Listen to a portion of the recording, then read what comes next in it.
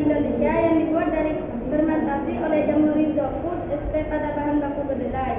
Jamur ini nantinya akan membentuk hifa. Hifa adalah benang-benang halus yang berwarna putih yang akan menumpuk di permukaan biji kedelai dan kacang merah yang nantinya akan menyatu membentuk miselium yang berwarna putih. Sebelum kita membuat tempe, kita siapkan dulu bahan-bahannya. Yang pertama di sini ada kedelai. Yang kedua ada ragi tempe. Yang ketiga ada sendok untuk mengaduk dan ada plastik untuk membungkus kedelai. Dan yang terakhir ada korek api dan lilin untuk menjilid tempe. Jadi di sini kan sudah ada kedelai. Kedelai ini sudah melewati beberapa proses, yaitu proses yang pertama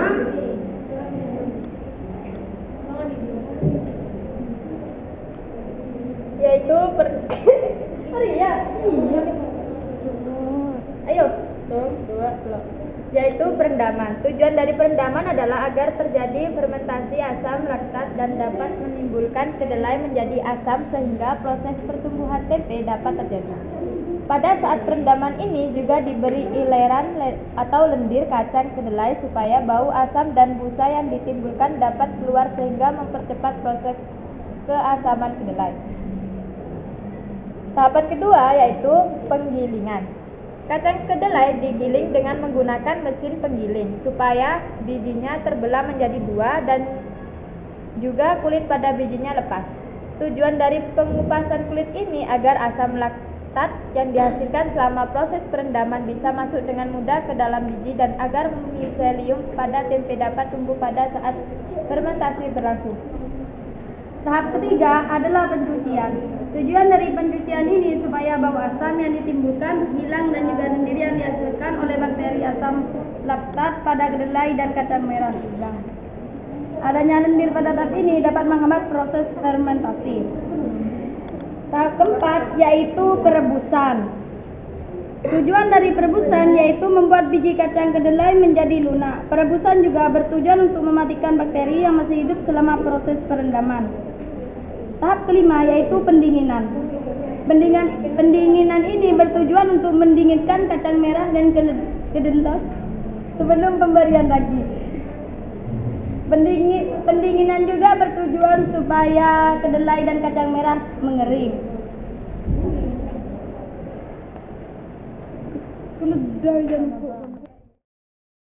Nah, proses yang keenam adalah peragian. Langsung saja kita campurkan ragi tempe ke dalam kedelai.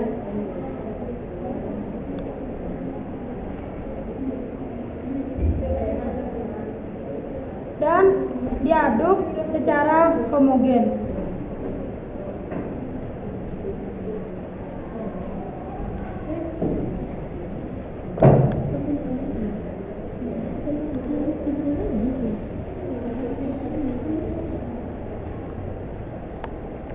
Fungsi ragi tempe ini untuk mengaktivitas enzim sehingga memiliki kemampuan untuk menghasilkan antibiotika, biosintesis vitamin B, dan penetrasi miselia jamur tempe ke dalam biji kedelai.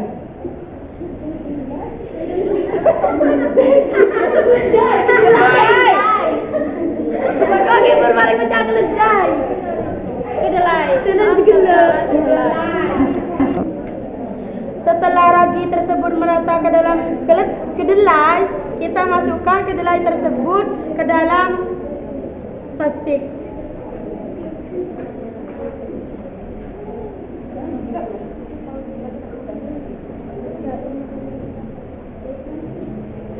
Pengemasan dalam plastik menurut 30 memiliki kelebihan dan kekurangan.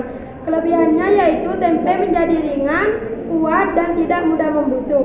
Sedangkan kelemahannya yaitu molekul yang terdapat dalam plastik dapat berpindah ke makanan tersebut.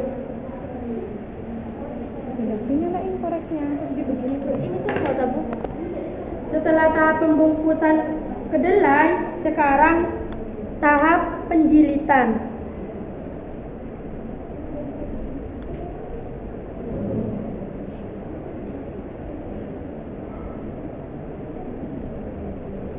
Setelah dijilid, kita tusuk-tusuk.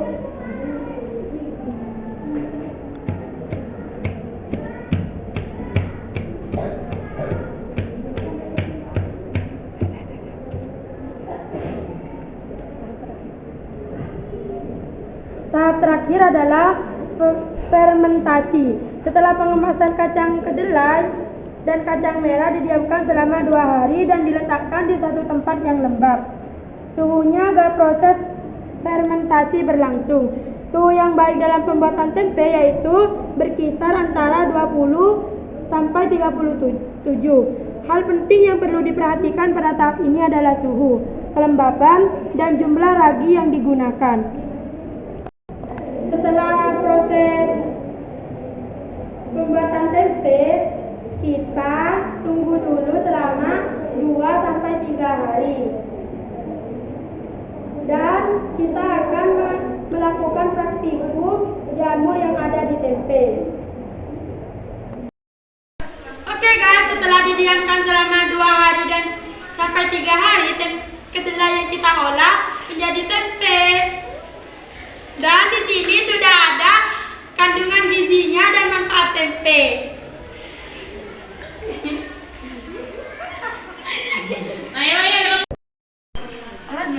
Alat dan bahan yang digunakan adalah mikroskop, kaca preparat, kaca penutup, pinset, pipet tetes, aquades, dan tempe yang sudah kita buat.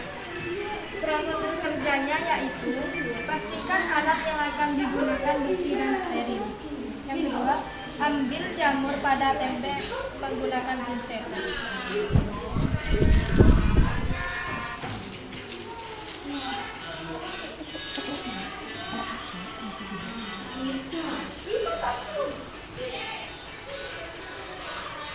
Yang ketiga, letakkan jamur pada kaca prepared.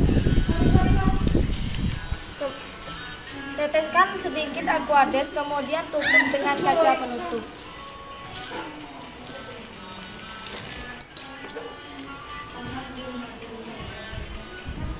Lakukan pengamatan menggunakan mikroskop. Saksikan hasil pengamatan menggunakan mikroskop. Lakukan identifikasi pada jamur tempe tersebut.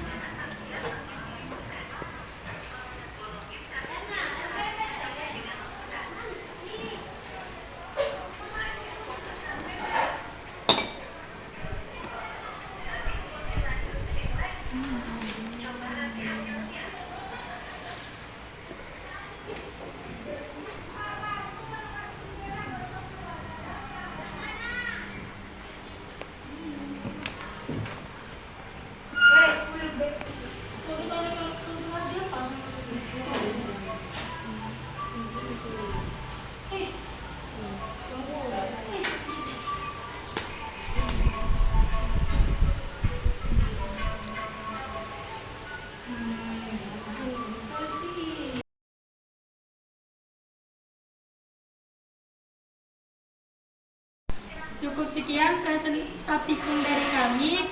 Kurang lebihnya mohon maaf dan semoga bermanfaat. Assalamualaikum warahmatullahi wabarakatuh.